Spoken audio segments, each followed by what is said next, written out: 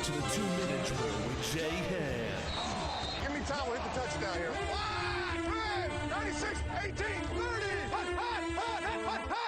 30. Welcome to the 2-minute drill. So what is heaven really like? Is it like the cliche 15th century Renaissance painting with the old man in the sky and the little fat cherub strumming on a harp on a cloud, kind of a little boring scenario? No, not at all. What is heaven really like? Let's draw from two major sources. Near-death experiences. What the majority, over 90% of commonalities of near-death experiences across time, culture, country, religion, gender, anything. Across all these barriers, there's the same thing that's always said in over 90% of the cases, even the people that never heard of Jesus. So the other source will obviously be the Word of God. And basically, let me just put it like this. No eye has ever seen, no ear has ever heard, no mind can even imagine what heaven is like or the goodness or the glory of God that exists. People report having near-death experiences that there is an indescribable light, an inapproachable light that no man can come close to, but this being of love draws them in. And with this intense feeling of love that overwhelms them and they don't want to leave, they hear this being always saying, I love you, I love you. And it's even in a song form with a telepathic communication where he knows all your thoughts, you know all his, and you're just illuminated and know everything. Aside from those near-death experiences, they also reveal the identity of Jesus, believe it or not, in over 90% of cases, no matter what religion you are, which should be proof right there. But what does heaven look like? What does it sound like? What does it smell like? Let's look at these five senses for a minute: taste, touch. And let me just tell you, in heaven, there's more than five senses. Not only are the five senses you have overloaded with pleasure and just completely overwhelmed, experiencing new things, you will have new senses other than the five we know about that will just completely be loaded to the max with pleasure. So the Bible describes what heaven looks like in certain places. We know that there are streets paved with gold.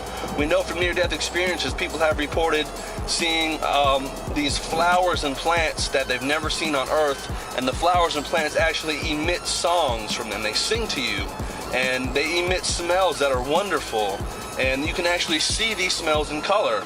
There are colors in heaven that the eye has never seen that are not on the color spectrum that we know about, just completely new colors that are brilliant and radiant. We know, aside from the streets being paved in gold, that God's throne is sapphire. It says this in the Word. He sits on the throne of sapphire, and there are all sorts of rare and precious gemstones surrounding him. And when the New Jerusalem comes down, that afterlife experience for us at this ultimate after party we're going to, we know that the gates are made of pearl, and all 12 of the foundations are made of more rare and precious gemstones that are listed in the book of Revelation, if you'd like to read them and do an interesting study of what they all actually mean.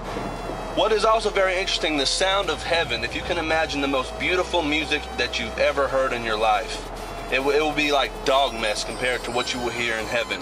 The most awesome musical quality sound that you've ever heard will be nothing compared to all of God's angels and all of creation in glory. This choir of angels and heavenly beings that sing holy, holy, holy forever. And the saints of God that sing the song of Moses. And the worship that just goes up non-stop. We know from the Word that there are harps in heaven. There is the silver trumpet in heaven, the shofar, and there are other instruments that you can study for yourself. I want to inspire you to get in your Word. That's what the point of the 2-minute drill is. So go check out what the sound of heaven is like. It'll be the most amazing sound you've ever heard. And you'll be joining in with the worship there. And when you actually experience all these things for yourself, the ultimate surround sound, just ear pleasure experience, and the way you see things will be different, and the smells that you're smelling when you're there, no one's going to have to force you to worship. Like worship, you're going to be 24, what you're going to be doing in heaven is worshiping 24/7, but ain't no one going to have to force you. It's going to be your natural reaction to this pleasure that you are experiencing, which is going to be completely amazing. And that's what you're going to want to do. We're going to be laying our crowns down at Jesus' feet with the most famous person that's ever existed in the history of history, in the universe, and all of its glory. We're going to be with him in all of his glory. Not some of it, but every last bit of splendor and majesty we will be experiencing with him. Now, as far as the taste in heaven, we will be eating in heaven. At the marriage supper of the Lamb, the ultimate after party, the biggest throwdown in the history of the universe, we not only get to eat with the Messiah and all our folk that's there, all our family members and loved ones that are there with us, but we will actually be drinking wine with him. So other people say, oh, I'd rather be partying in hell than be with the goody-goodies. You know, I'd rather be getting drunk in hell and doing drugs and with the women. But let me tell you something, ain't none of that gonna be in hell. Hell is a place of torment that near-death experiences, you can look up for yourself, have just shown incredible torment. Ain't none of that gonna be there. But you will be getting nice and right in heaven. There will be wine in heaven, but it ain't the wine that's gonna make you nice. It's the presence of the Lord that's gonna keep you nice like that.